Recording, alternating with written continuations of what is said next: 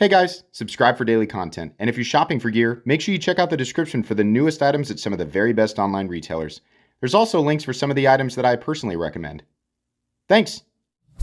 What's going on YouTube? Metal Complex here, and today I've got another short little unboxing video to share with you guys. So I knew something was coming in from Divo, which if you guys have never heard of Divo knives, you should familiarize yourself. They make really, really great stuff, and the vast majority of the time, their pricing is absolutely excellent, especially when compared apples to apples versus other similar competition in the knife world. They are really spectacular. So, always happy to check something out from Divo. Today we have an unboxing and first impressions, nothing more. A full review will come down the road, though. Thanks so much to Divo Knives for sending this in. Thanks to my patrons for supporting me. Let's go ahead and find out what we've got here. So, there's actually a bunch of different places where you can pick this up. This is called the Nip Lite.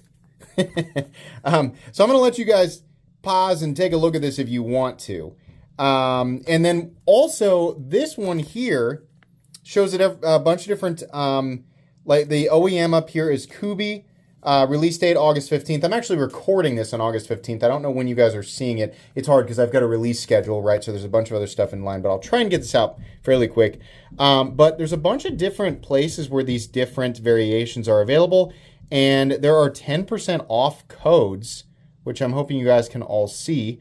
The code is up here, or it looks like there's another one, MC10. I'll try and provide links down in the description where you guys can check all of that stuff out. It does help my channel when you use those links, but that's up to you.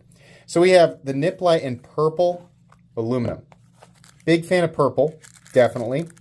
We don't see it nearly as often on, anodized aluminum as I feel like we should. Okay, right off the bat, it's really cool. This is kind of...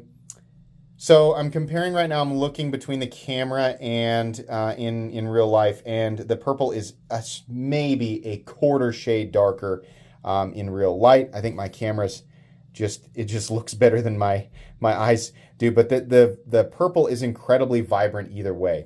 I guess the best way to describe it is an electric purple, and it's a little more electric, like kind of almost slightly deeper in real light, and then on the camera it's slightly lighter. Beautiful either way.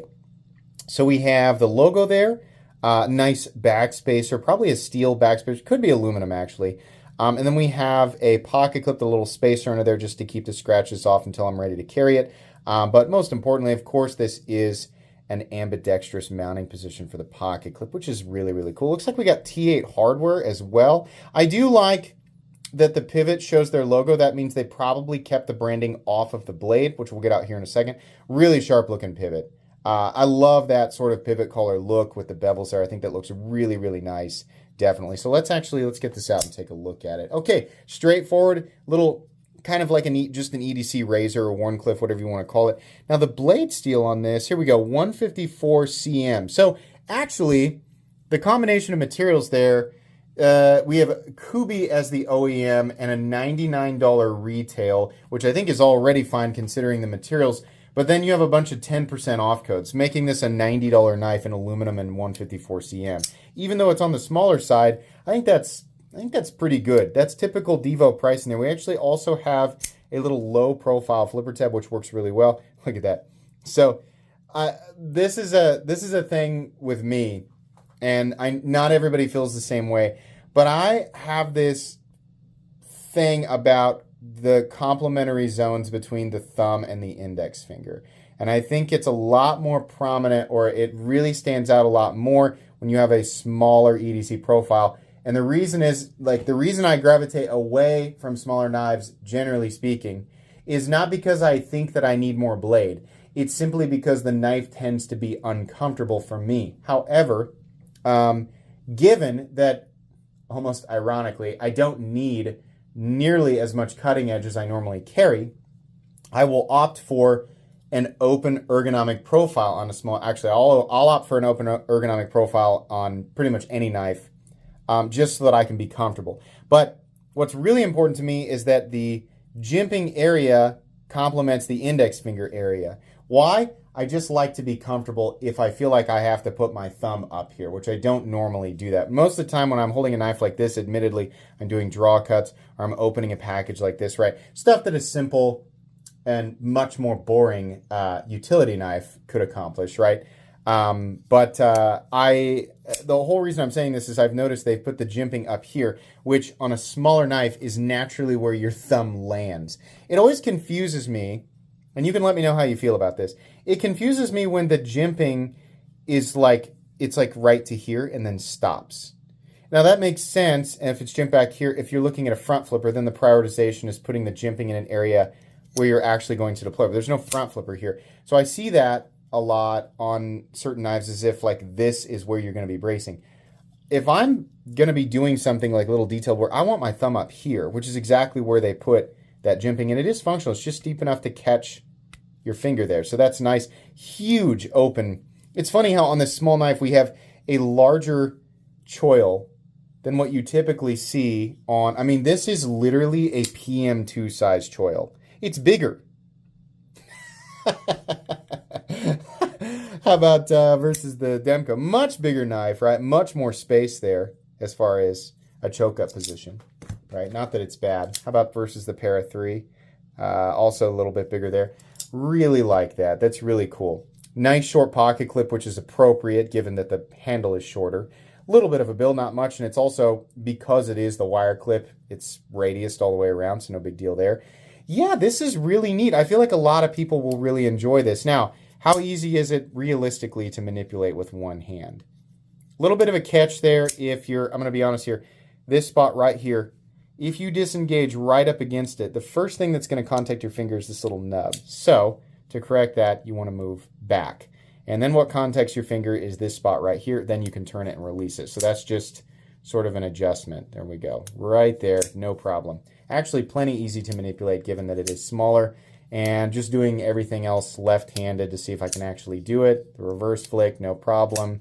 How about, well, it's a right-handed liner lock, so getting it to fall and disengage with one hand is a little bit more tricky. But lefties, you can still enjoy this, which is really cool. So let's go ahead and get a measurement of this guy real quick. Overall length, definitely on the small side.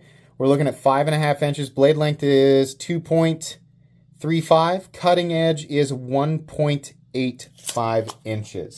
Size comparisons, we got to do some of those. Let's pull out some of the smaller knives that I've got. Actually, you know what? Here's a great opportunity. I never get to use this, but the Civivi Baby Banter, which is another small knife. I've talked about this many times. It's one of the only small knives that I will carry. Why? Can you guess? Look at the ergonomic lines. It's specific. I have a system. I know it seems like I'm all over the place, but I have a system and I have very specific preferences when it comes to smaller knives. The Baby Banter is usually my travel knife, especially when I'm going out of state, right? I don't want to have to worry about laws or anything like that, but I also want a knife that I find comfortable and easy to manipulate, that I can still get my hands in the right place, in a comfortable place, right? So very similar ergonomic lines without being at all the same design.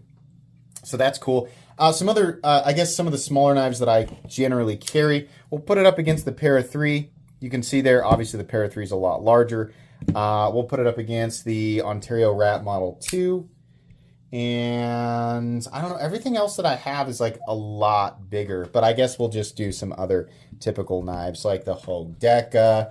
We'll do the Benchmade Bug out there. And let's go ahead and do the Demko 80-20.5. There you go. Okay. Yeah, this is really cool. I think that this will be a fun option for a lot of people and obviously a really good value. Interesting.